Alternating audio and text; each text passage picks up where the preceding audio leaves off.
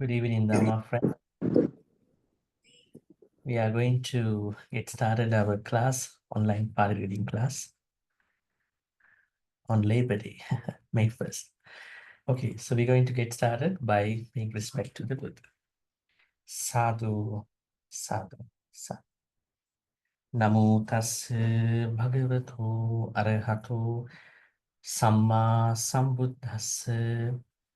Namo tassa bhagavato arahato samma sambuddhassa. Namo tassa bhagavato arahato samma sambuddhassa.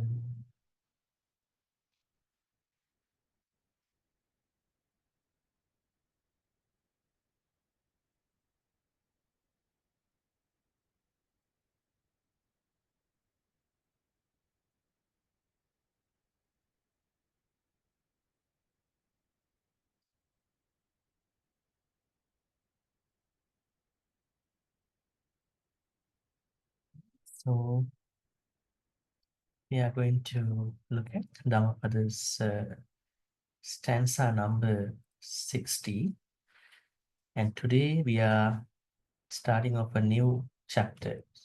Perhaps we can say a couple of words about this new chapter. Balavakra. So Bala means unwise person. Unwise in the sense of there are many interpretations with regard to Bala. So Bala here means, in the basic sense, is the person who cannot see 5 aggregates with regard to the sansaric life. That's a basic interpretation. And the lofty interpretation is about someone who always thinks akusala thoughts, who always speaks akusala words, and who always engages in akusala actions. So we have to consider these both interpretations as we discuss this chapter on Bala, because in different stanzas give us different thoughts about the nature of Bala. So the first stanza is about something very interesting. It's about not knowing the true Dhamma. How influential is that? How impactful is not knowing the true Dhamma in our sansaric life? So this could be perhaps not learning only. This is also what you call being able to comprehend and understand, and also as a successful understanding about the true Dhamma, being able to put into practice. So all these are part of knowing the true Dhamma thing, right? The particular idea of the stanza. All right, so let's take a look at the stanza.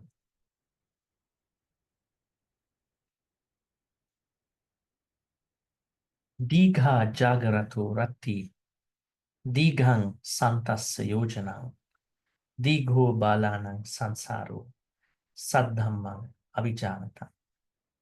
Digha jagarato rati, dighang santasya yojanang, digho balanang. Balana, they both are variants. Digho balana sansaro, saddhammang avijanata. Okay, so we'll be asking from groups to read. So first, the first group, group 1. Anyone who would like to read? Yes, mailing, please. Yeah, to Bhante. Yes. Diga jagarato rati, digang santaseyo janang, digo balana samsaro, sadamang avija natang. Great. Thank you, And Bhante. 2. Yes, Mioy, please. Diga jagarato rati, digam santaso yojanam, digo balana samsaro, sadamang avijanatam. Great. And group 3. Group 3, we have two, Chupeng or Lisa, who would like to read? Yes, Lisa, please. Thank you. Thank you. Dika Jagarato Rati, Dikam Santasa Yojanam, Diko Balana Samsaro, Satdamam Avijanatam. Great. Thank you. And group 4, Gebion. Thank you, Bhante. Yeah. Jiga Jagarato Rati, Digang Sangtasa Yojanang, Digo Balana Samsaro, Sadamang Avijanatang. Great. Thank you. And group 5. Yes, Melinda. Yes. Thank you, Bhante. Diga Jagarato Rati, Digam Santasa Yojanam, Digo Balana Samsaro, Samdaman Avijanatam. Great. Thank you. Thank you. And group 6. Yes, TC. You. Dikha Jagarato Rati, Digam Santasa Yojanang, Digo Balana Samsaro, Sadamang Avijanatang. Great. Thank And you. group 7.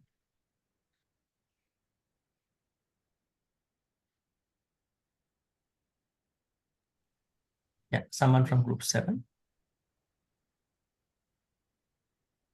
Yes, yes, Susie, please. Good evening, Bhante. Yes, good evening.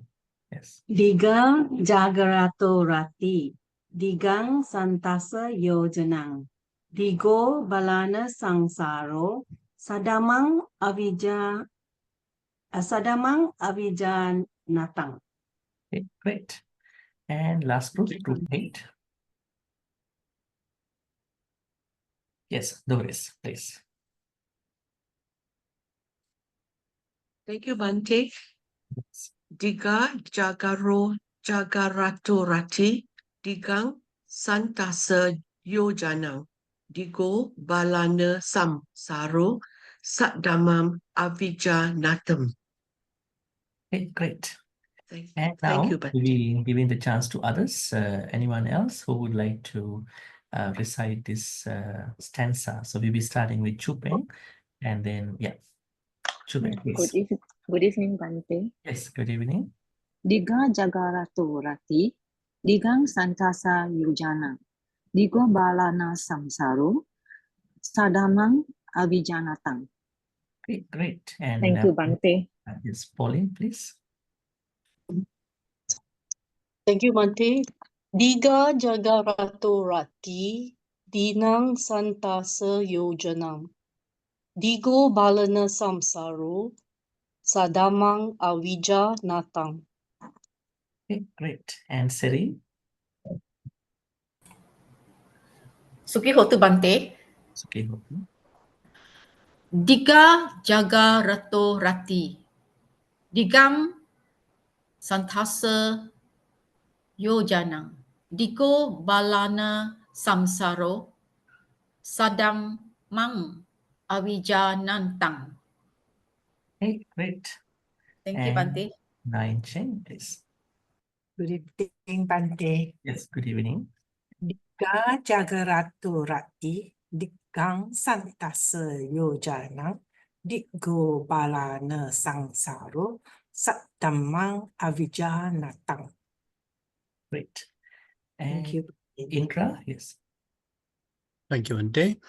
Diga Jagarato Rati, Digang Santasa Yojanang, Digo Balana Sangsaro, Sadhammang Avijanatang. Okay, great. And Thank you. Hema, yes. Thank you, Bhante. Yes. Diga Jagarato Rati, Digam Santasa Yojanam, Yojana. Digo Balana Samsaro, Satdamam Avijanatam. Great. And Margaret. Thank you, Bhante. Thank you, Bhante. Diga jaga ratu rati, digam santasa yo janam. Digo balana samsaro, sadamam avijanatam. Okay, great. Thank you, Anyone- Bhante. Yes, anyone else who would like to read?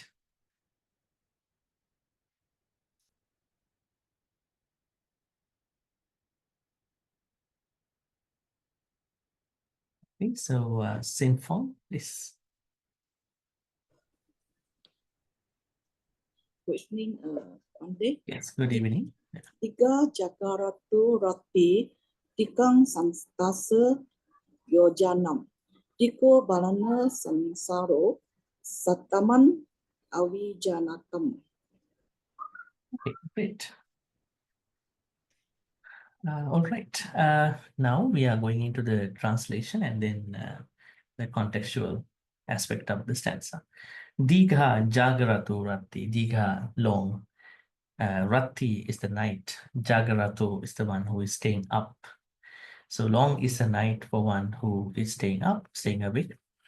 And digang again long. But this length is not the time-wise. This is from the, what you call, distance-wise. Dighang santasa. Santasa is the one who is fatigued or who is the weary, the tired one. Long is a yojana for the weary. So yojana is considered as like one measurement, which is equal to 12 miles. The American system, 12 miles, one yojana. And digho balana sansaru, long is this length is about sansaric distance. I mean, distance to nibbana. Long is sansara for the unwise, balana, unwise sansara. Saddhammang avijanata.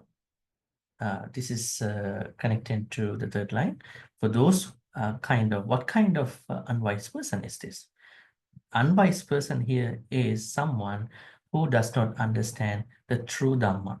Now, Saddhamma always means true Dhamma. When there is the Pali word called not Dhamma, Saddhamma, true Dhamma.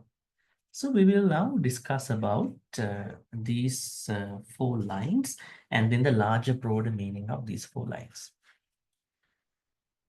Long is the night for one who stays up or stays awake. Actually, how many of you have experienced this? A night that you couldn't sleep, perhaps 12:45, 1 o'clock, and you know that there are a couple more hours to go, and you cannot sleep. Maybe you had a coffee, or maybe you had a bad dream, you had a bad day, maybe a health problem. How difficult is that moment, that feeling, not being able to sleep? You feel like it's such a long night, right? But for the people who are nicely sleeping, happily sleeping, when they wake up, oh, that was too short for me, right? They are thinking the other way around, right? So it's like the way how people enjoy their daily comforts, and then what if someone is not able to be able to sleep properly? We can bring in a lot of modern examples, being able to sleep before 11:30 or 11 o'clock. Maybe somebody sleeping after 12 o'clock, but trying to sleep for 7-8 hours, but still the body feel like very tired. Even the person sleeping 8-9 hours after 12 o'clock. Perhaps your body clock is telling you that you should have slept before 11:30 or something, right? So anyways, staying up the night is long for the one who has not been able to sleep. But for somebody who is working at night, this could be a different thing. Who is doing the graveyard shift, it might be a different thing, but they have things to do. But here it's about someone who doesn't want to stay up, but has to stay up for whatever the reason, right? Now, there are a couple nice Pali words here. Jagarato. What is this Pali word? Do we find this Pali word elsewhere? Let me ask you. Jagarato. Then of course, this means this part. Have you ever found out this Pali word in this way or in other way around in your readings of text? Jagarato. But when I remind you, you will be a little bit embarrassed. I missed that part, you know. That's the problem, right? Jagariya. Oh, Jagaratu. Diga, Jagaratu. Jagaratu. Has anybody found out this this particular state of situation? How many of you studied the Buddha's 9 great qualities? It's a very simple thing to ask from you, right? You always say Itipiso Bhagavarahan Samma Sambuddho Vichacharana Sampanno Sugato Lokavidu Anuttaro Purushadhamma Sarati Sattade Manusana Buddho Bhagavad. Every time you do your puja, you go to a ceremony, right? Like there is this happening. So have you studied one by one these great qualities? Why is the Buddha Arahant? Why is the Buddha Samma Sambuddho? Why is the Buddha Vichacharana Sampanno? Why is the Buddha Sugato? In that list, if you study about Vichacharana Sampanno, Arahant, Samma Sambuddho, the third great quality out of 9, then you understand that the Buddha is possessed of 8 great knowledges and 15 practices, great practices. Okay, 8 great knowledges, and because Vijja means knowledges, not the sciences, not the material humanities sciences. These are what you call extrasensory perception based knowledges, ESP based knowledges, right? We normally call sensory perception ESP, extrasensory perception based knowledges that are not vulnerable to us through our 6 senses in our normal way, ordinary way. And these are called Vijja. Vijja Charana Sampanno. Sampanno, endowed with, possessed of. Charana means 15 charanas, practices. Out of which Jagariyanu Yoga is one of them. The Buddha is one of them who only slept for very short hours. Because he could do that. Now don't follow what the Buddha did. You can't do that. You will be very sick very fast. There are people who copy paste everything. I learned the life of the Buddha. I want to copy everything by tomorrow morning. You can't do that because you don't have the karmic abilities to do as such. Because Buddha had to be like that, because he's living a short time, he had to deliver his service and he could do it. It is said that he had this practice of Jagariya, Anuyoga, the ability to stay up because he had to deliver the Dhamma message to Deva, Naga, Mahidika and other beings. So this is the place, right? So Vijjacharana Sampanna, great quality, which is the third great quality out of the 9 great qualities of the Buddha, Samma Sambuddha, tells us that knowledge is not enough. Knowledge alone is not enough. Knowledge with practice really work, which is the same thing that we all have to understand, right? So 8 great knowledges and then 15 practices, out of which Jagariyanu Yoga is part of that. So Buddha had that. So that is the place where we find it out. And Jagariya, Diga Jaga. But here we understand normal people cannot do that. They should have a sound sleep. That's why the Buddha said in the Mettanisansa Sutta, 11 benefits of the Metta, that being able to sleep fast is a happiness. And being able to wake up peacefully is a happiness. Are they happiness things in our life? You want to sleep, but you are not able to sleep. You have everything. Everything is finished, but sleep doesn't come to you, right? And you are wondering, what's my problem? I haven't taken any caffeine drinks. I haven't done anything. I'm not excited. I have good energy. And why is not coming to me? Because you try to sleep. When you try to sleep, you are chasing the sleep. Sleep might not come to you. So stop trying to sleep, but get ready for the sleep. Just have things ready for your sleep. Sleep will come to you. This is because of chasing the sleep. But anyways, regardless of all these situations, the Buddha said, if someone who can sleep well means that this person knowingly or unknowingly does not carry any hatred, any disappointment, any lobha dosa thoughts. People who are carrying a lot of disappointments, a lot of hatred, they cannot sleep at night because all these are coming to their head, right? And those people who cannot let go these feelings, let go these mental states. It's a process. It doesn't happen in one day. At least somebody starts, if that person is going through these situations, through the real metta practice as given by the Buddha in the Metta Sutta, and then sleep will come to that person.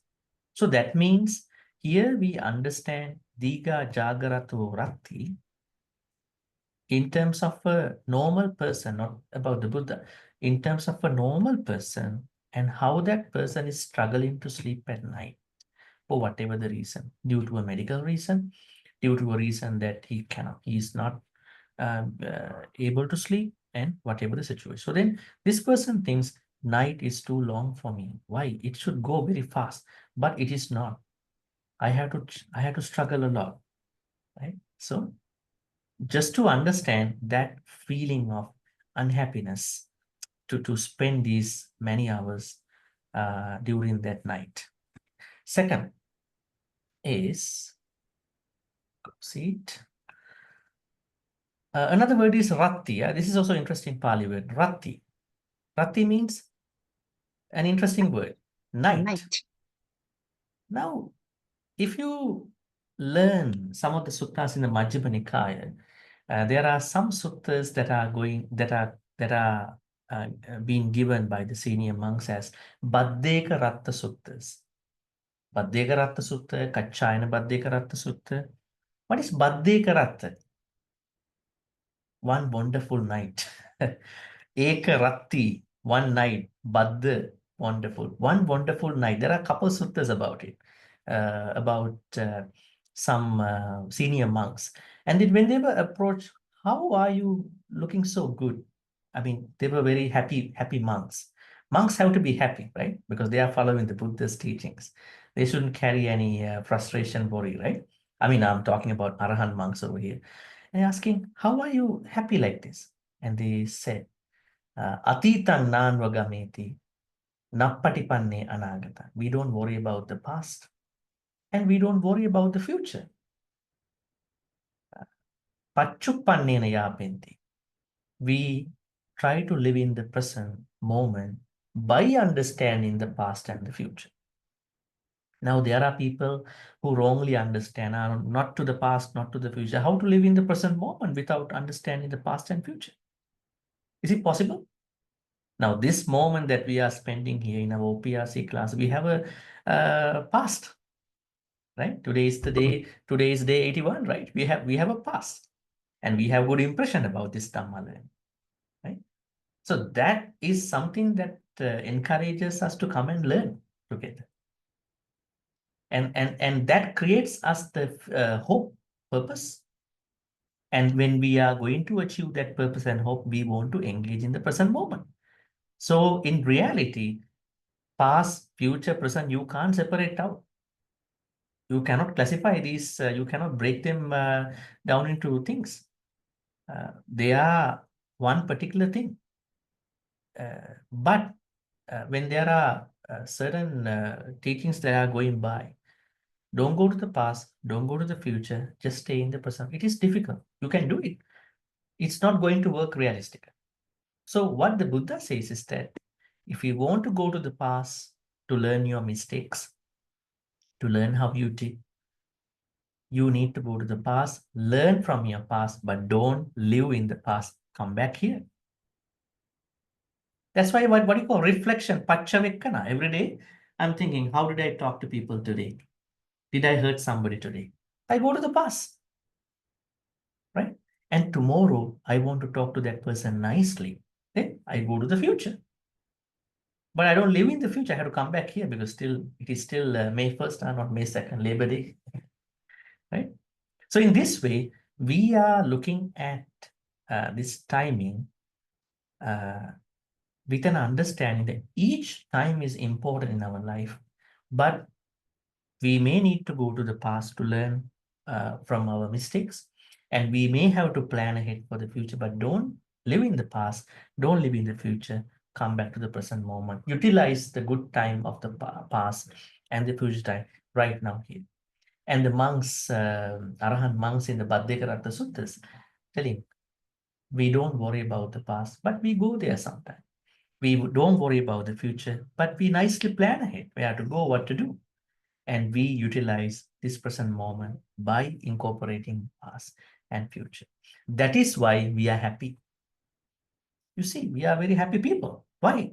So the Buddhists should learn from these Arahant monks. We all should learn. Whether we face worries, disappointments, and we look at them with some clarity. If we are supposed to let go, we're going to let go. If we're supposed to learn, we learn. If we're supposed to,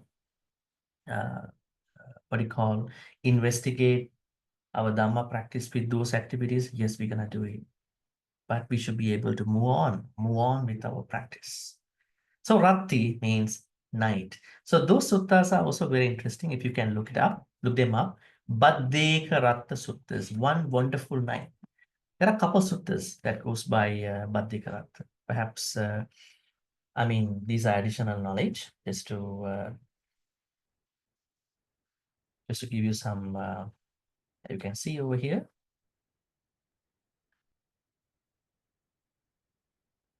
You can see Majjhima Nikaya is 131, Bhante Ratta Sutta. Perhaps we go to one of the suttas and see, this is for additional knowledge. See, at one time, Buddha was staying near Savatthi Jetas Grove. And then when it was, I shall teach you the summary recital analysis of one who has one fine, wonderful night. Yes, sir. Don't run back to the past. Don't anticipate the future. What is past is left behind. The future has not arrived. And any present phenomenon, you clearly discern in every case.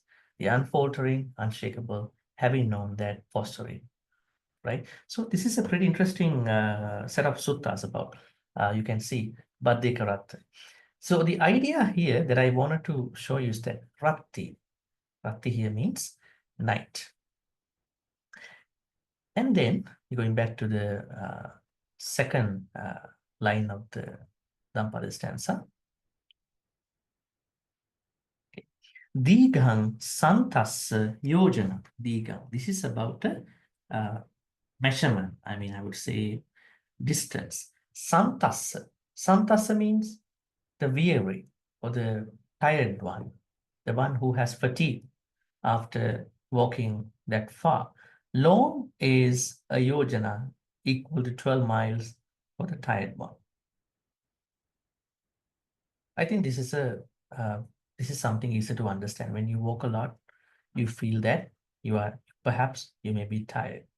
Perhaps when you walk a lot, perhaps you may be able to sleep fast because of that fatigue, right? But anyways, if someone has to walk without particular purpose, or if someone doesn't know why I'm walking, how far am I to walk, I think this could be a very challenging state of mind to that person, because the stanza story talks about one man about this particular situation.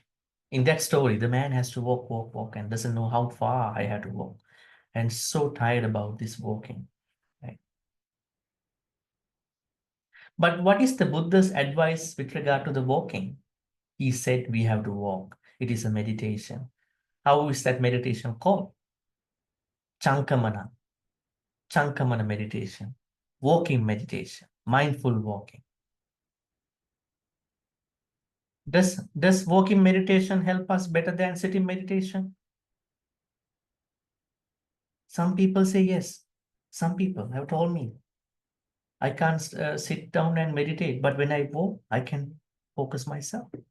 Different people find different ways to concentrate. Right? And today's world, we know we don't have to sit for long. The sedentary life gives us a lot of problems, health problems. We have to walk. So what if each step happens with some mindfulness, that I know I'm walking now? So if I know I'm walking now, I have to more focus on walking, not that I carry certain akusala garbage when I walk. This happened to me, that happened to me. I have to say this and that. I have to do this and that. What if we reduce those unnecessary akusala thoughts and walk with some mindfulness? So our walking will itself become a good meditation. Chankamana. So Buddha said Chankamana is a meditation. Satipatthana Sutta and many other meditations. And in today's world, it is one of the best thing to do to stay healthy. I think you know that. If we can walk in the proper way, perhaps a brisk walking sometimes, it might be the best way to stay healthy. If you are sick, you can't practice Dhamma easily. You have to struggle a lot. So better to be on the safer side of being healthy. That is something to understand, right? Okay, so for the one who is tired of walking, even 1 yojana, 12 miles is a long distance, right? That 1 yojana is a long distance to the weary, for the tired.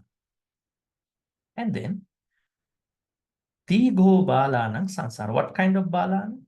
Saddhammang avijanatang balan.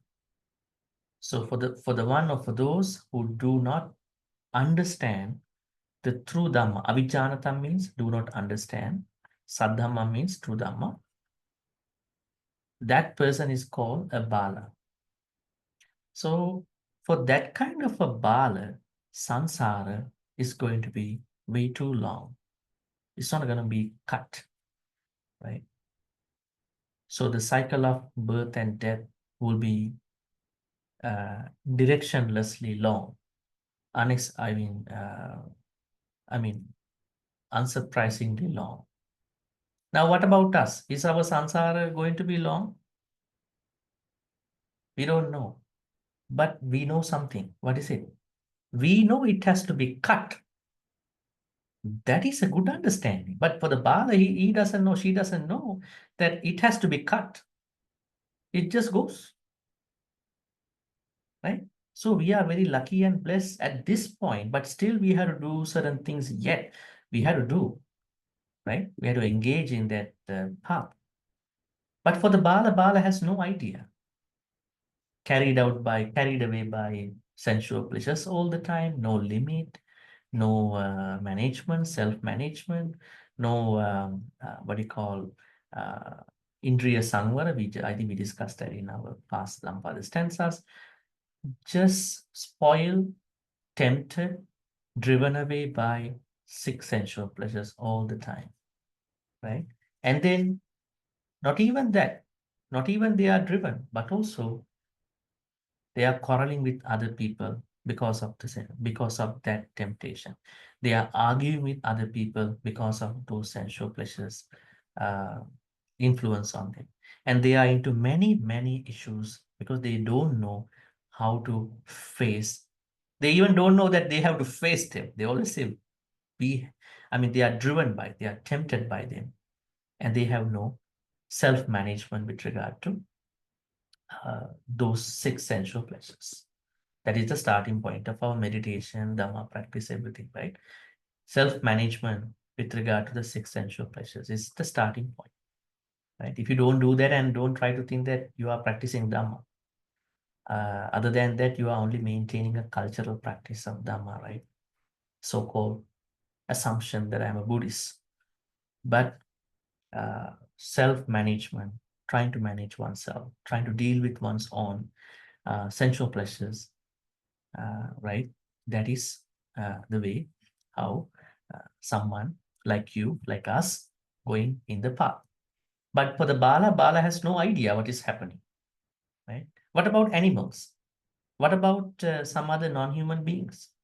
Right? Do you think Deva know this issue? Do Devas understand that they have to cut samsara? Most Devas, they have no idea. That's why when they came to see the Buddha, when they came to see the Buddha was always talking about anicca concept. Anicca means things are changing and things are changeable. And then Devas were shocked to hear that. Devas always thought that they would never die. They would never leave their comforts, right? So, you know what happened? Some Devas fell down. Some Devas fainted in front of the Buddha. Fainted. Who has fainted here by learning anicca? Tell me. Have you ever fainted by listening to a Dhamma talk? Everything is changing. Oh, what a shock is this. But Devas fell down. They fainted because they never thought their comforts will go away from them, right? So that means we humans being able to associate temples, Dhamma books, at least this exposure, we are so lucky in that sense. That's why not just being proud of in that blessing, we have to do the necessary thing.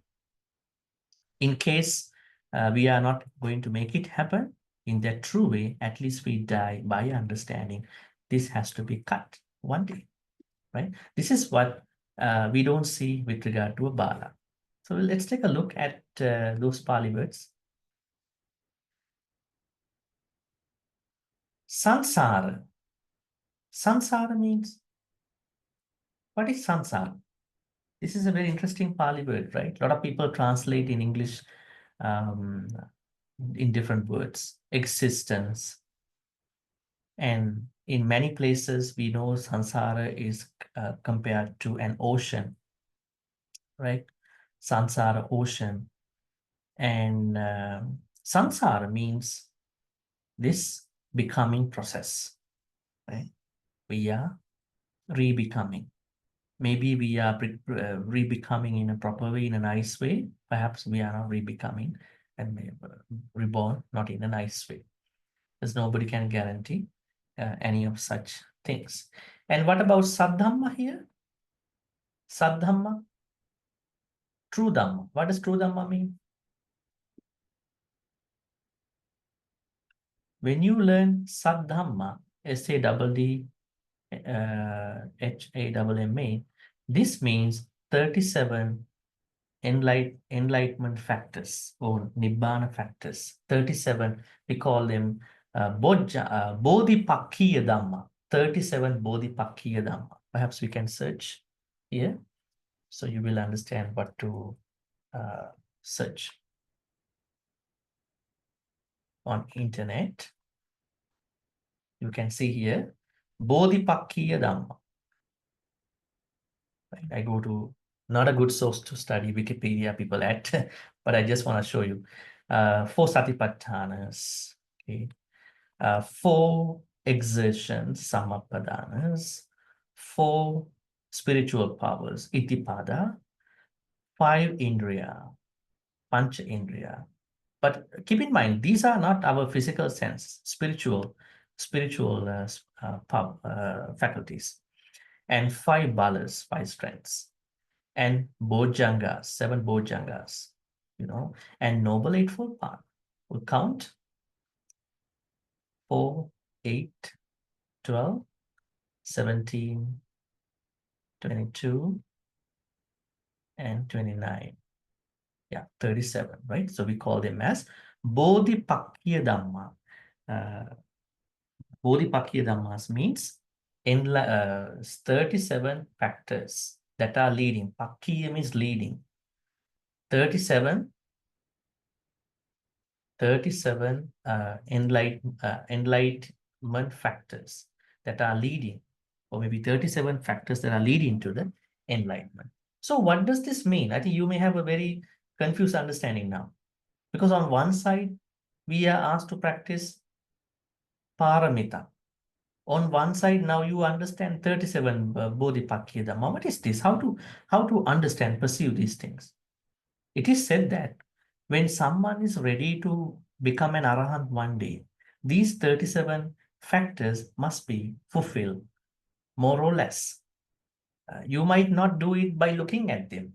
When you are growing in your Dhamma practice, more or less, you will have fulfilled, you will have grown in all these 37 factors. Right? Otherwise, don't try to say, today I'm going to do 4 Iddhipada, tomorrow I'm going to do 4 Bala, fine. It's not that way, because as your practice grows, these are naturally happening in your life, Dhamma life. Okay, so Saddhamma means 37 Bodhipakya Dhamma. They are very unknown to a Bala. The Bala who doesn't understand these 37 Bodhipakya factors. So therefore, the Bala has no idea about the changes with regard to the 5 aggregates. Bala always think 5 aggregates, Rupa, Vedana, Sanya, Sankara, Vijnana, always permanent things. They are not changing. They are me, myself, they are my people, they are my family. They are not changing. So when the dissolution or when the breakup of these 5 happen, Bala becomes very upset about it, very sad about it, right? That's why we have to do some homework before things happen to us one day and to our loved one. It doesn't mean that we are not worried, we are not sad about our people when they pass away. We have the emotional attachment towards our mother, father in your life, your family. Yes, but at least you will have learned these things. Yes, this is what is happening to me now. And you know that this has to come to my mind now. Not that I learned in the retreat or Dhamma talk. I left it in the Dhamma talk whole retreat. It has to be in my mentality. Yes, this is what is happening to me now. People are dying, I'm getting sick, I'm getting better. Why are these things happening? Due to the Panchakhandas changes, dynamics with regard to the Panchakhanda. All right, so this is about the stanza. So let's take a look at the stanza in a larger, broader way. The night is very long for the one who stays up. And 1 yojana, which is equal to 12, almost 12 miles, is going to be very long for the one who is already fatigued or maybe weary, tired of walking, who has been already walking. And sansara is not short, it's very long for the one who does not know the dynamics about the 5 aggregates, because that particular person has no understanding about the true Dhamma. I mean, first of all, in the first place, the dynamics changes with regard to the Panchakhanda, thereby not having that understanding about 37 Bodhipakya Dhamma.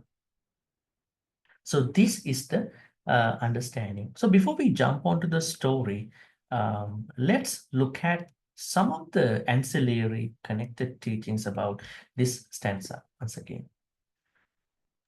Let's go back to the stanza here.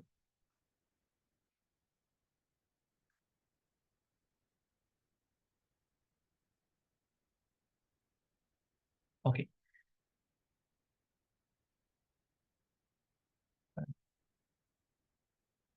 So we discuss about Metta Anisansa Sutta.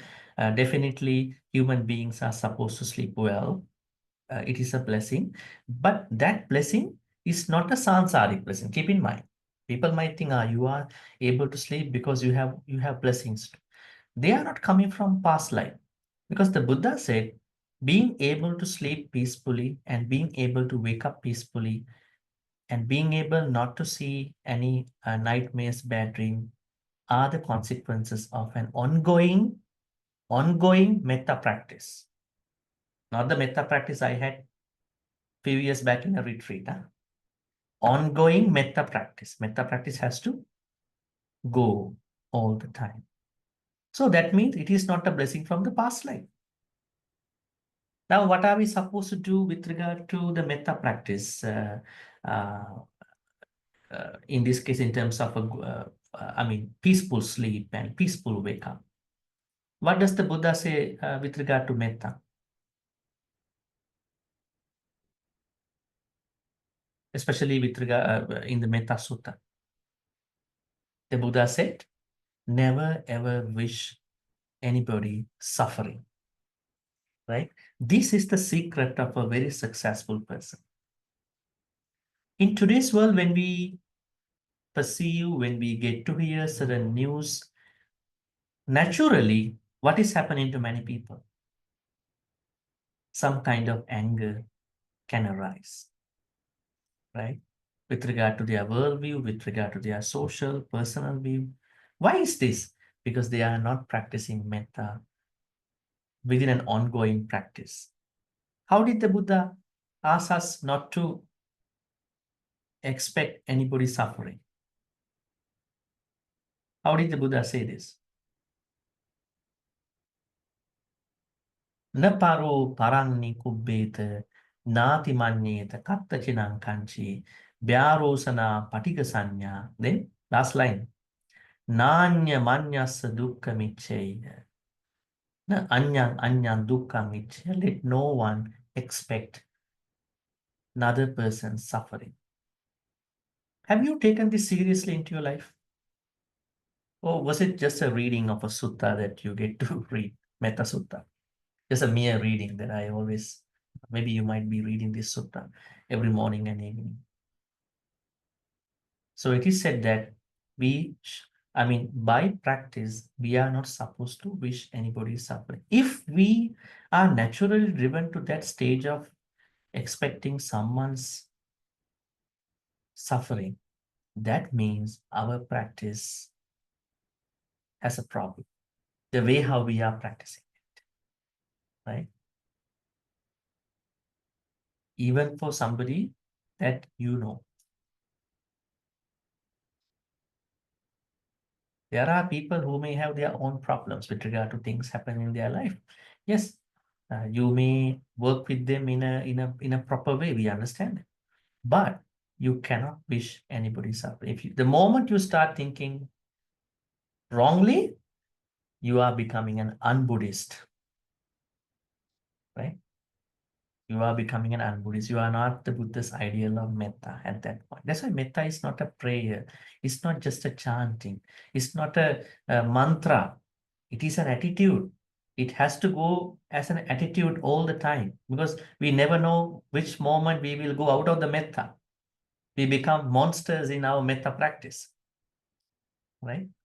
It has to happen, because metta is not that I sit down in the morning for 10 minutes, may everybody be happy, may they be well and happy, may I be well and happy, and then now you wake up, somebody is saying, can you make me the breakfast? Why are you asking me to make the breakfast every day? I mean, right? Maybe somebody asking to do something extra to you. Maybe you are going to work somewhere and someone is kind of bugging you on the surface level, and you may have to do this as an extra thing. You might get not happy. That's why this has to go to our daily events as a daily. But be careful. You should not be vulnerable to the bullies. Buddhists should not be misused by the bullies. People who bully you, who can bully you. Buddhists cannot be vulnerable to a bully, because Buddhists must practice the practice with some wisdom. That's why the Buddha said, do dana, but with wisdom, not dana itself. Practice metta, karuna, mudita with panya, not metta by metta, karuna by karuna, mudita by mudita, upekka by upekka. All the Dhamma activities must be practiced with wisdom. What is this wisdom?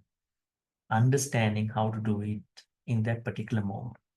So Panya has to be infused into that every single good activity you are doing. Now let's take a very simple example. Do dana with wisdom. What do you think? Have you ever thought that you have to do dana with wisdom, or you just do dana the way you want? How have you been engaging in this dana activity? I understand culturally there are things that you will have to go through. But the Buddha said, do dana with some wisdom, then your dana will become a chaga. C long A, G-A, chaga. Chaga will be. Dana with wisdom will be chaga. Right? No expectations in return.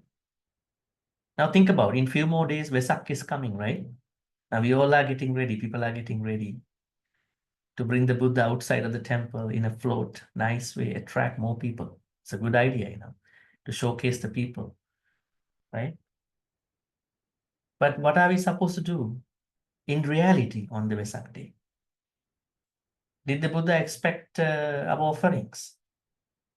Did the Buddha ask us to pray for him morning to evening? What did he ask? Where to find out this information? Mahaparinibbana Sutta, Digha Nikaya's Mahaparinibbana Sutta. Digha Nikaya's Mahaparinibbana Sutta has a small concern. Please keep in mind when you read this sutta. The first part was given by the Buddha. Okay. Second part is about his relic festival. Now you might be concerned how were the teachings about historical things come in the sutta? They were added by the senior monks. So we have to keep in mind. But in the first part, something really interesting happened. What was happening in the first part? The Buddha declared that I would pass away in 3 months. So at that point, some other monks started blaming Venerable Ananda. Why did you not invite him to extend the time? He's just 8 years old. He can live more than that for the sake of many. It is said that Venerable Ananda was under the influence of the Mara. He could not think about it. Any moment that you lost your mindfulness, perhaps a moment of being snared, entrapped with the Mara's flowers, as we discussed earlier. Anyways, so when the Buddha declared, I would die in 3 months, all the ordinary monks and nuns started crying. Okay? They started crying over this upcoming great passing away. And Arahants and all the enlightened ones, they went into Dharma Sangvega. We call it Dhamma Sangvega. The normal monks, they go to Soka. I think that thing a long time ago I shared with you once again. Soka means grief. This is what happened to normal people, monks, nuns, lay people. And for the enlightened ones, what they went through when they heard about the Buddha's upcoming death, passing away, was Dhamma Sangvega. So Dhamma Sangvega is something we can translate as, it is not the spiritual urges that we understand, which comes through certain commentary ideas. This means a sense of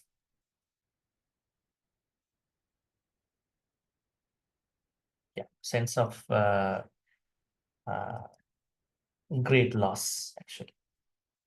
That was what they had. So it's a sense of great loss. Nobody can replace this great loss, this understanding. And there was one ordinary monk called Dhammaram. What was his name? Monk Dhammaram. So apparently, Venerable Dhammaram, I don't think this was a main issue, but some other monks noticed Monk Dhammaram was not that grieving about the Buddha's upcoming passing away. Some other monks, this became a problem to them. So they approached the Buddha and then they told the Buddha, you are passing away. And then this monk Dhammaram I think he does not care about this particular thing, which we understand not a nice thing. But Buddha understood what was going on, but he wanted to show to the other monks that this is what is happening. So he asked Venerable Dhammarama to come to see him. Venerable Dhammarama came, and then the Buddha asked, would you mind telling us something about what they are saying? And then he said, I understand, totally understand that the Buddha will pass away in 3 months.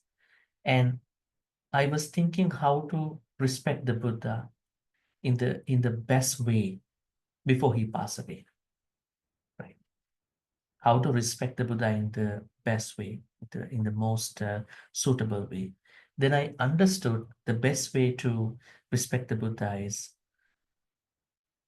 put this practice a little deeply and then be able to become an arahant before he passed away. And then the Buddha said, sadhu, sadhu, sadhu. We normally understand monks say sadhu, sadhu, sadhu. Buddha said sadhu, sadhu, sadhu.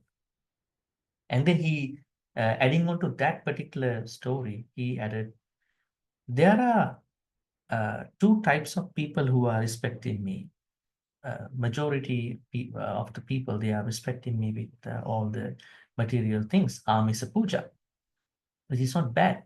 But the people who are trying to engage in the amisa puja, offering me and all that as a respect, but more importantly, those who are trying to practice and trying to understand my message, I would highly encourage you to be one of them.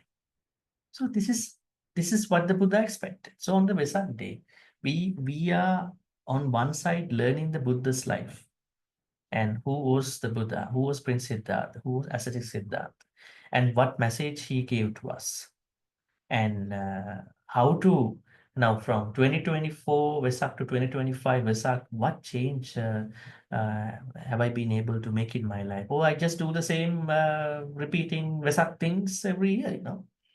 I just do my own self-critical thing, right? So in this way, we have to look at this kind of idea with regard to sansara. So sansara and nibbana have to be looked at a point whether we are able to practice in the proper way. And here in the last two lines, we understand the problem, and we are trying to work on understanding Panchakanda in the proper way by understanding what you call the Samuti Satcha and Paramattha Satcha, conventional way and then the ultimate way, as we learn in some other places. All right, so let's go to the story now. Perhaps we may discuss more. The story is about King Kosala. King Kosala and one man, actually. Okay, what was with King Kosala? Do we hear that King Kosala attained Sotapatti or any spiritual stages in the text? We don't find that, right? We don't find King Kosala attain any of the stages. But the interesting thing is that King Kosala's kingdom was Kosala kingdom, one of the most republican states in India at that time. And the capital city of King Kosala or Kingdom Kosala was Savatthi, the place where Buddha stayed almost around 24-25 years, maybe more than that in his time as the Buddha. So there were many occasions where King Kosala used to come see the Buddha for his own problems, asking many things. So one day, King Kosala was going around the city. You know that King Kosala was sometime not a good person. He was somebody who was going after women. And then on one day, he saw a certain woman looking at him out of a window. And then he wanted to talk to her. But then he understood that she's a married woman. And then somehow he sent some emissaries to ask the husband to come to the palace and asking now, trying to give him a certain activity so that he's not able to do it. And he wants to push him to certain royal command. And if he cannot fulfill that, he's planning to kill the person because of his idea to be with his wife. So what happened? He asked him to come to the palace and then asked him, would you like to do my work? And then he said, he's fine, he's paying tax in his own job at the moment. Then he was thinking, okay, so I have a plan this way. I am going to ask him to bring me 2 types of flowers. One is lotus flower. The other one is red earth flower. This flower is not available normally in the human world. It is called in the text, this type of flower, what you call red earth, is only available, cultivated in the Naga world. You know that we are giving good karma at the end to Naga as well, right? Okay. So he said, in a way, okay, man, tomorrow you have to go to that particular shore of the river. You have to bring me lotus flowers and red earth flowers. But he said in a way that he couldn't understand that the red earth flowers are not available in the human world. He said, okay, tomorrow you have to go in the morning. Before the evening, you must come. Otherwise, I'm going to kill you. It's a very ferocious king, huh? King Kosala. Just because he was burning out of sexual desire to be with his wife. And then in the morning, he didn't even tell his wife. He said, I'm going on a journey. So can you make me a packet of food, you know? And then she said, okay, I'm going to make you a packet of rice. And now he can't even go because he knows he cannot find out these flowers. Definitely, he will be killed by the evening. So on the way, he thought, I cannot even eat this food. I gave part of that packet of rice to somebody who was going on the way. And the rest, and then he came to a certain lake. He was looking at the lake, very sad, don't know what to do. So he gave away the rest of the rice to the fish in the lake. Now he's looking at the lake, pretty disappointed. And then at the same time, he made a wish. Today, I gave my only packet of rice, most of it to somebody who was coming on the way, and rest of the food to the fish. I created a lot of good karma. I don't know whether he had that means he must have learned some good karma perspective. So may all the good karmas be shared with all the Nagas. He was now thinking, may all the Nagas, because he knows in Buddhism, Nagas are the one who are protecting waterfalls, rivers, ocean, and watery places. They are the people who are protecting those places. Suppose they are supposed to be there in some ways. Don't think that Nagas mean a cobra or snake. A snake type of beings, right? Snake type of beings. We have a very interesting story in the Buddhist Vinaya. I think I had to tell that just to connect to this point. There was a time one Naga wanted to be a monk. So by that time, Buddha did not prohibit Nagas cannot be monks. So Naga can trans into a human. So he came to a temple, asked from a senior monk, I want to become a monk. At that time, there were no questions being asked by the Sangha member. Okay, you want to be a monk? I'll ordain you. So he had this Naga monk. The monks didn't know who is this. They thought just a human. Shared with a room with another human monk. One day, after the dana, the human monk went out for a walk. So the Naga monk was sleeping. It is said that when Nagas going to sleep, they go back to their snake body, you know. And so the other monk came back, he saw the whole room is full of a big Naga, a snake. He was very surprised, who is this? And then he called other monks, something wrong in my room. And they started knocking the door. And then this Naga woke up. And then he again became a monk. So then other monks brought this to the Buddha. They said, something wrong here. We don't know what happened. The Buddha said, this is not a human monk. It's a Naga monk.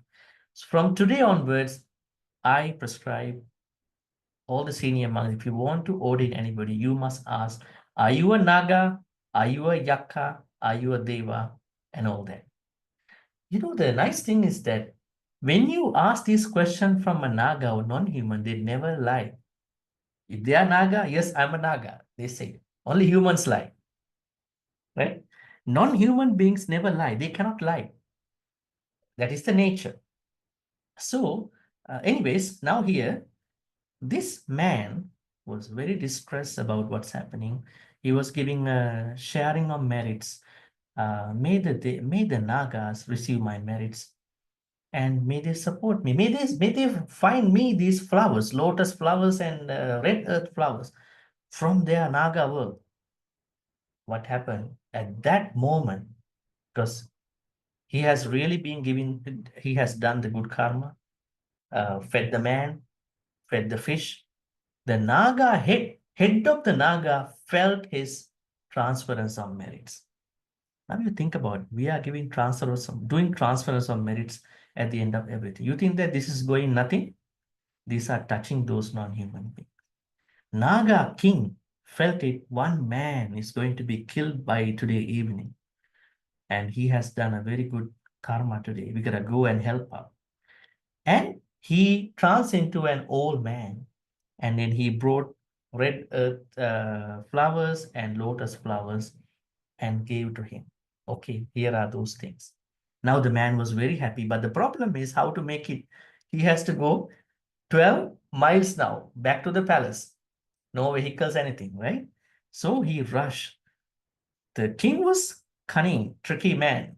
He asked his royal forces to close the gate before the evening, before the time he promised.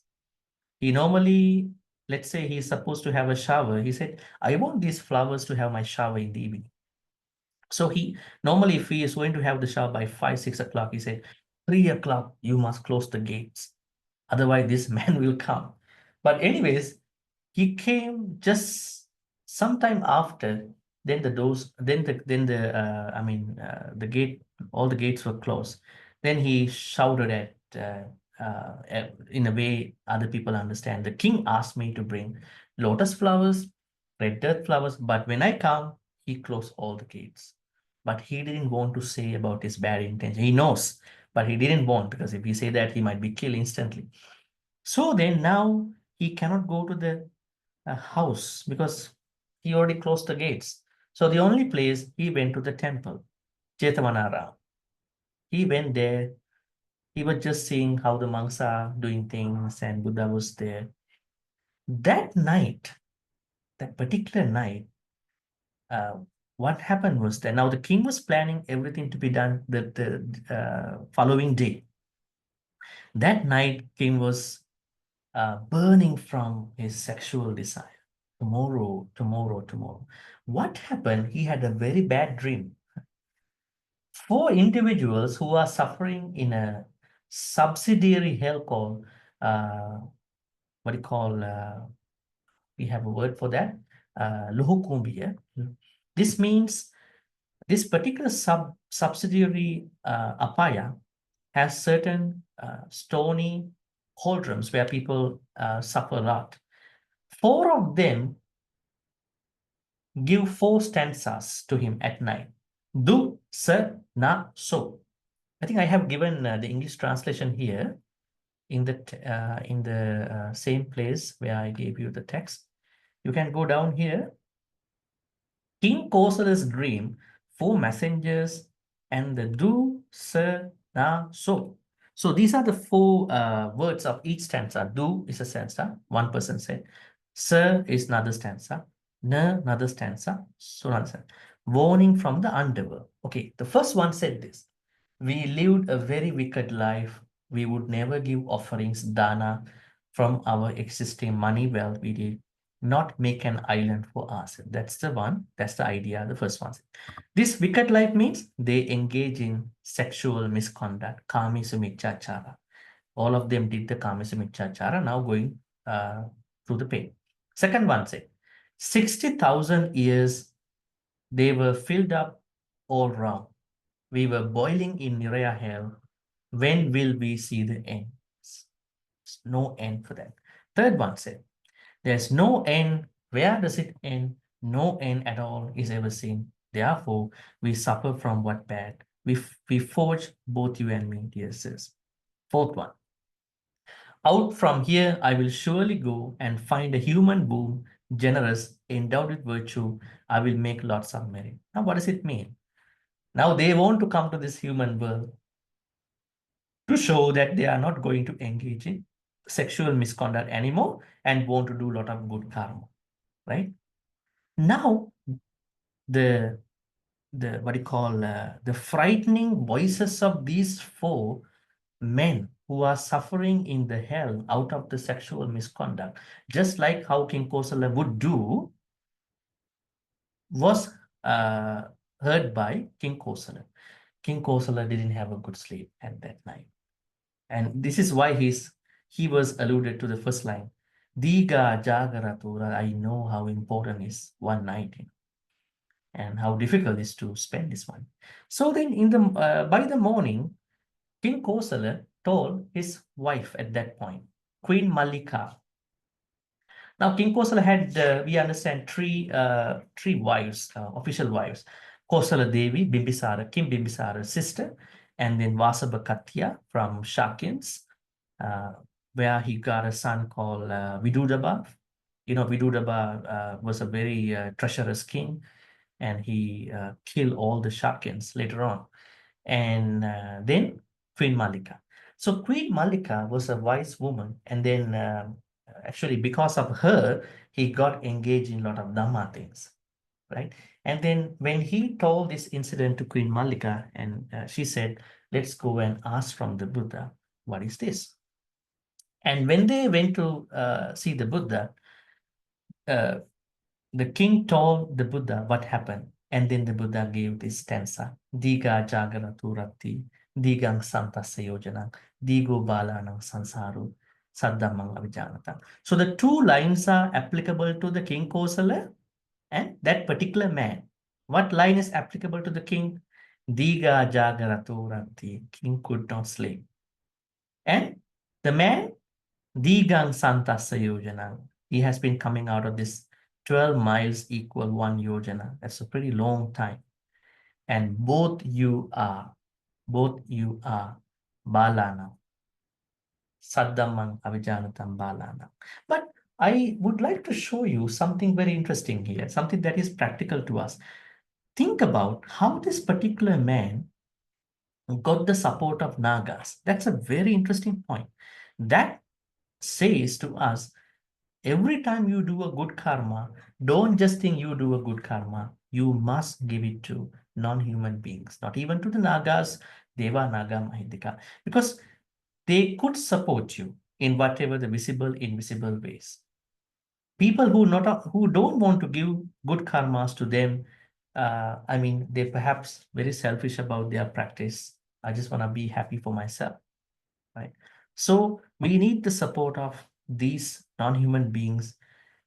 Without Naga, that man would have been killed very soon, right? So this story says us engage in the merit transference activity all the time. When you light a candle in your house, when you do a dana, when you do anything, you must think about your own way. Perhaps if you don't know the Pali stanzas, it's good to know Akasatta, Chibumatta, Oitavata, Chammehi, anything like that. But while you are doing that, you know that I am going to give these good karmas to these non-human beings because they are very happy when you give them. You have their support, you have their influence, right? But in order to give them some very substantial, heavy good karma, you must have done it with panya. Let's say you do a dana, but without wisdom. So you think you have created a lot of good karma? I don't think so.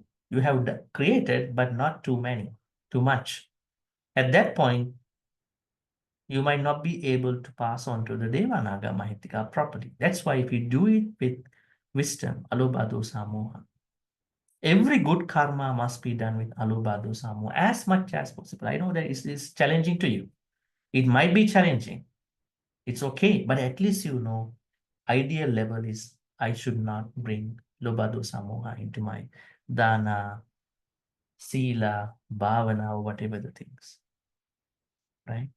So this is how we look at it. Anyways, this is the story. I think we may now open up for any questions. You may have questions, so please raise your virtual hand for any questions.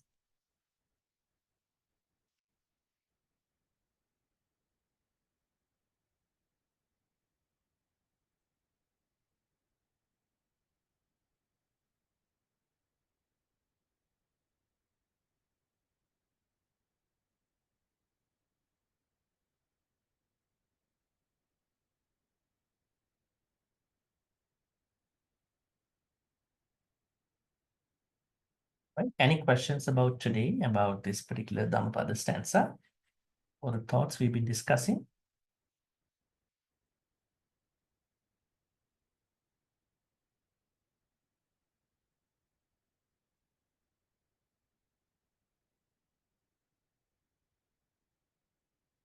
Yes. Yes, Polly, please. Thank you, Bhante. It was very interesting story and all the teachings. Just Bhante, I'm curious, during the Buddhist time, they didn't have access to all the information, all the teachings, all the suttas and all that. So how did the disciples actually practice? Maybe they are trained in the Vinaya. They had their own preceptor, their own mentors, is it? And then, but they don't get that amount of teaching that we even have now, and so systemized where we have, you know, in writing and then in books and all that. So how, actually, I'm just so curious, what do you think happened during the Buddhist time that people are able to realize just from one talk, or just besides their past karma, you know, I mean, the past development? Thank you, Bhante. That brings to a very worldly thought. I mean, some people have problems when they don't have money. Some people have problems when they have too much money, right? So now, looking at this idea, I think we have a lot of information now. It doesn't mean that we have to learn all this. And if we look at that Buddha's time situation, they didn't have a digitized, definitely no books, definitely not much information. What happened was that they approached a certain teacher, senior monk or whoever, and the senior monk or nun custom tailored a certain idea according to the temperament of the person. Because at that time, it was not the knowledge that was highlighted. It was the practice. Now, you know, until the Buddha becomes 55 years old, 35 to 55, almost 20 years, he did not even lay down Vinaya. There was no Vinaya at that time for 20 years. So there were no Vinaya until from 35. He was 35, he became the Buddha, until 55. Then what brought all the Sangha members to be disciplined? Ovada Patimokkha. What is Ovada Patimokkha? Sabba Papa Sakaranam, Kusalasa Upasampada, Sachitta Pariyodapana, Etam Buddhana Sasana. This is the Vinaya. This is the true Vinaya is this. Then what happened? After, by the time the Buddha was 55 years old, more educated people trying to become monks and nuns. So there were some arguments happening just because of the knowledge. And some became monks and nuns for some worldly things, some gain, some recognition, some reputation. And there was things like that. And also there were a lot of monks and nuns becoming seniors by that time.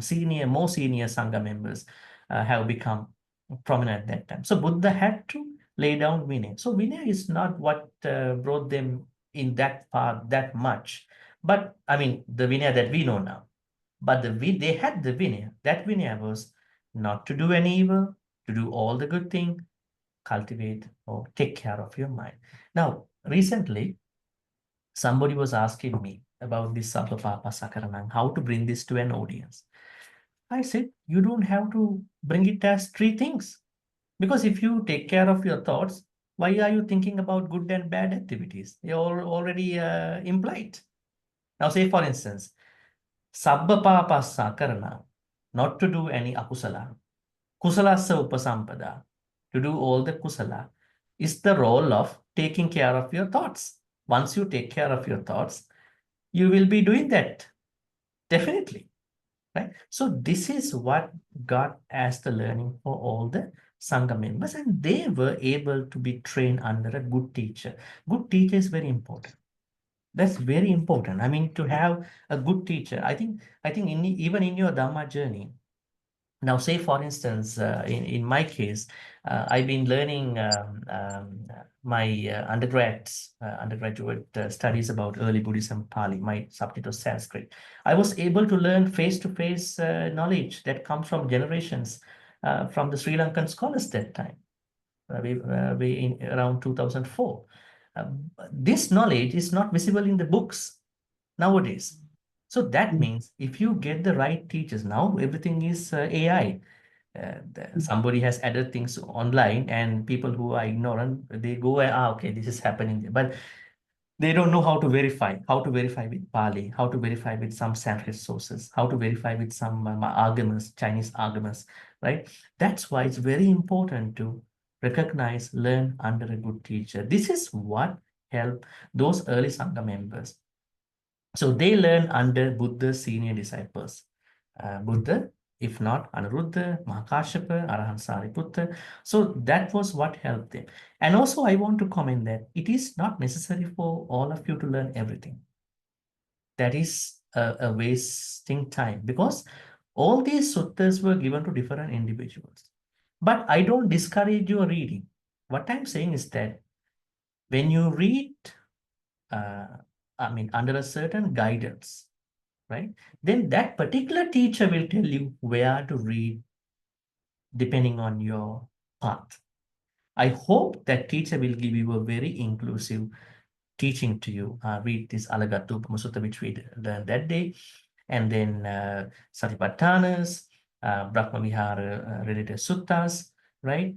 And then Kusala suttas, some suttas that are really important, especially for the lay life, Singalovada Sutta, Pattakama Sutta.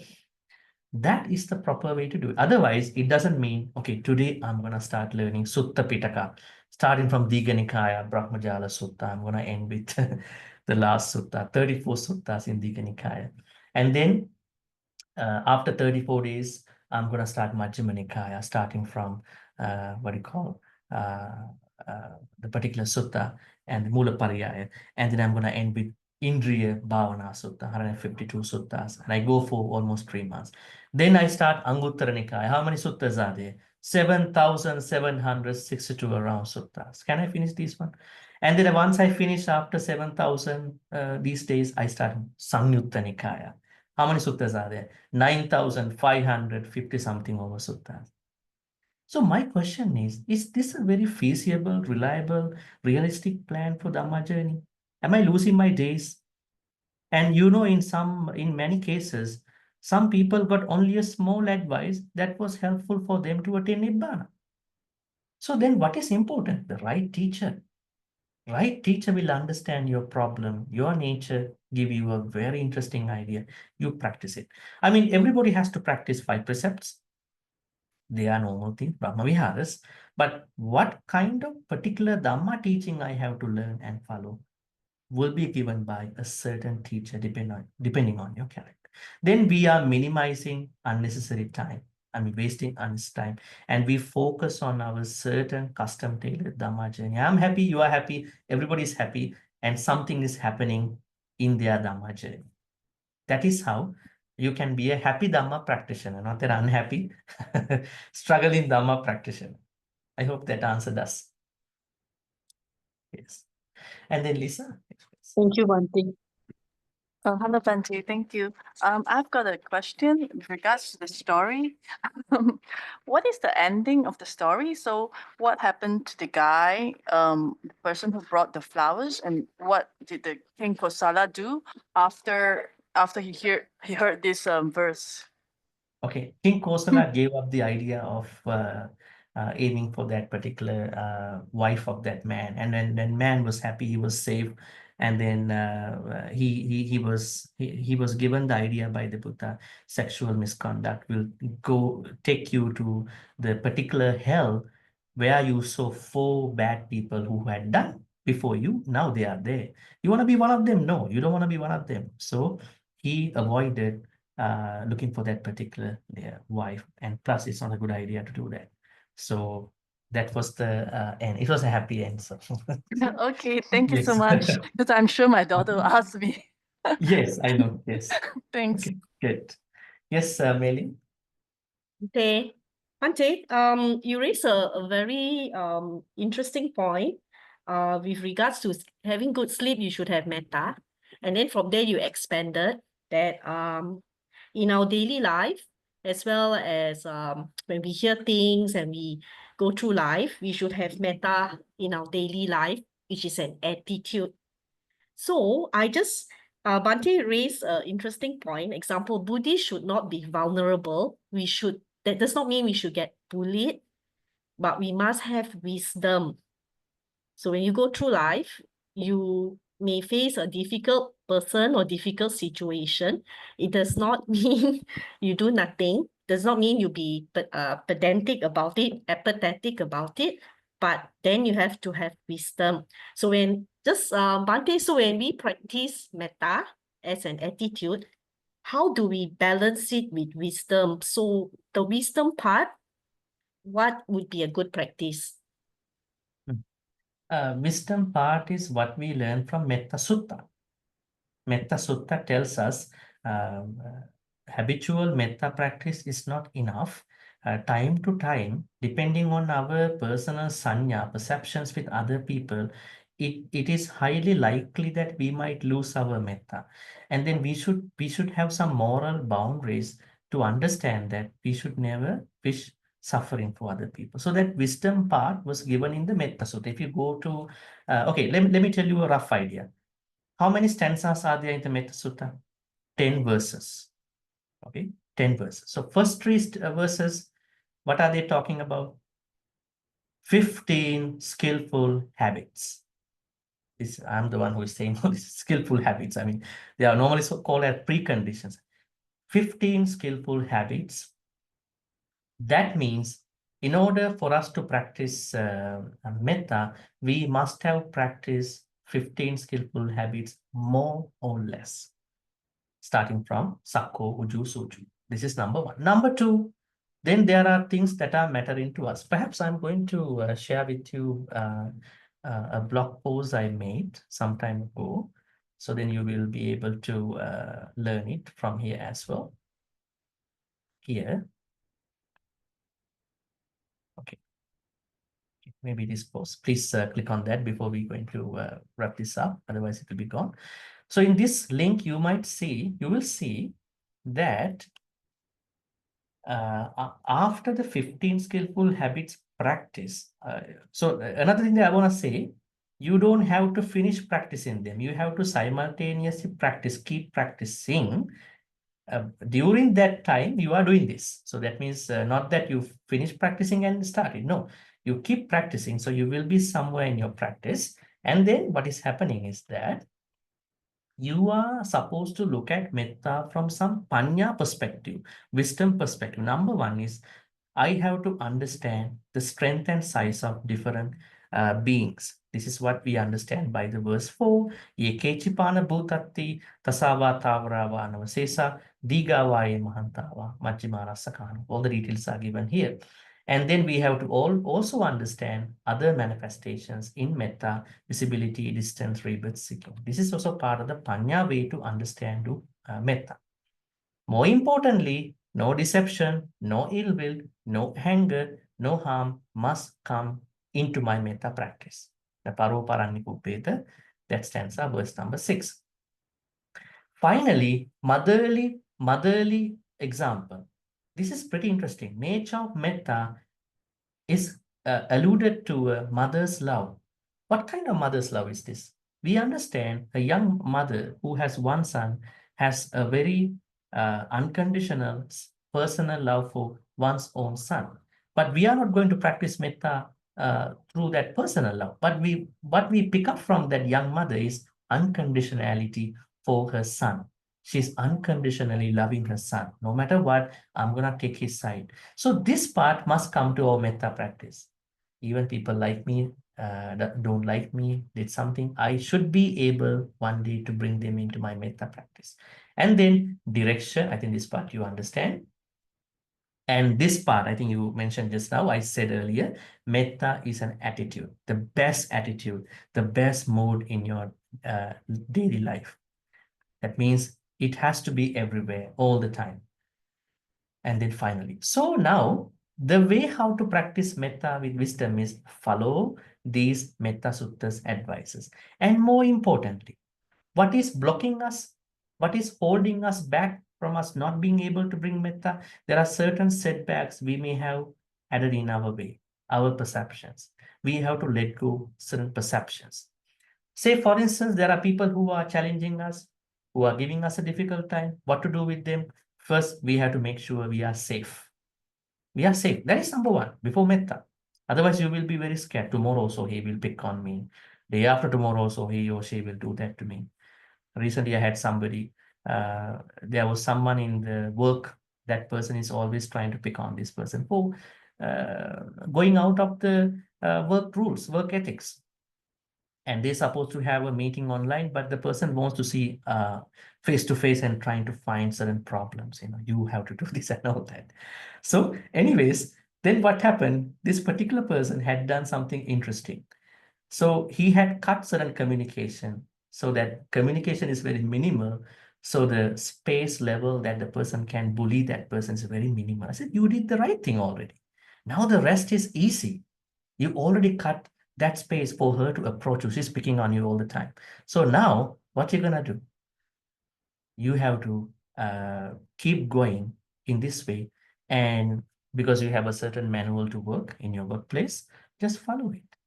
But don't try to create some arguments with that particular boss or person. So number one is creating our safe space with those challenging people. Second, now they cannot do anything to us. So I do metta for them. I have no problem with them anymore. They are not in my circle anymore. But why to keep any anger for them? Why to keep any hatred for them? The problem is, if I'm driven with hatred, although that person deserves hatred in that normal way, but my whole day will be a mess. I'm struggling in my whole day. I get all very fast. I'm not good in mood. I talk to my good people in a bad way. So by understanding all these aspects, you becoming wise in your metta practice. So that is what I mean by metta as an attitude. All right. Yes. Is there any other question? If not,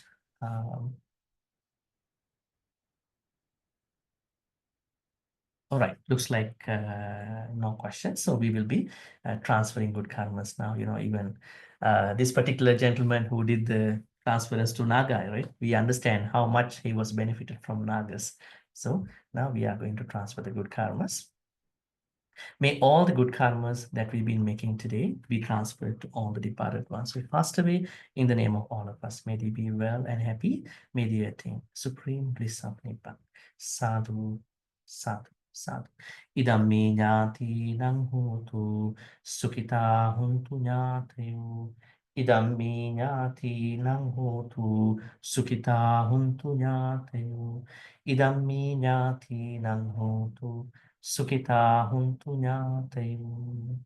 May Deva, Naga, Mahidika also receive all these good karmas. May they be well and happy.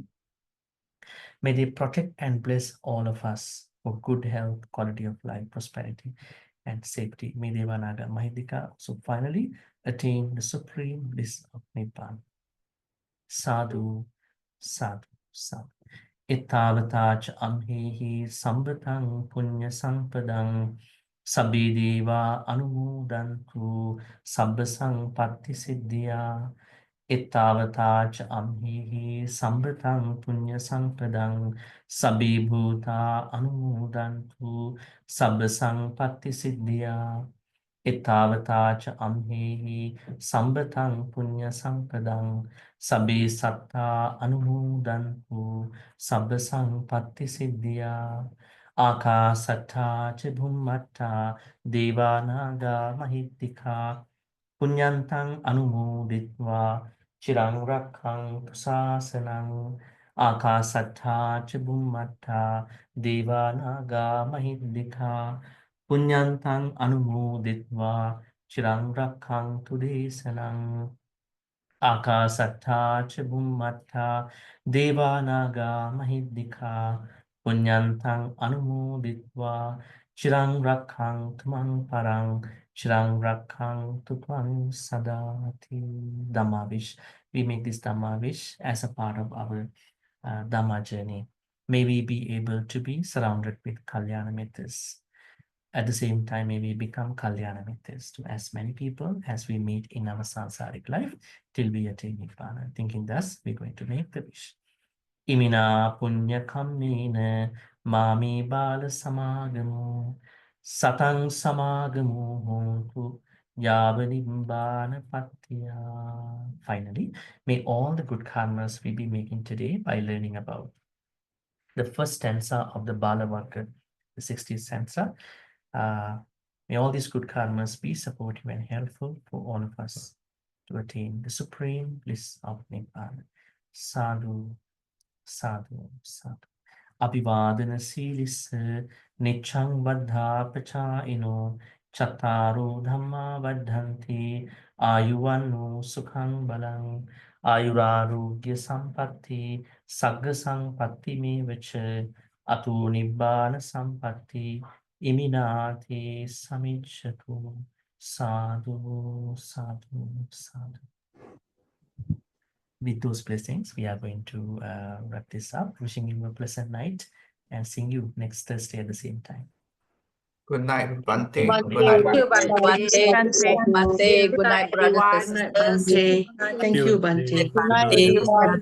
Sadhu, sadhu, sadhu. Thank you, Thank you, Bhante. Bhante. Sadhu. Yes. Sadhu, Sadhu, sadhu. sadhu, sadhu. Thank you. Thank you, Bhante. You, yes. Yes. Bye.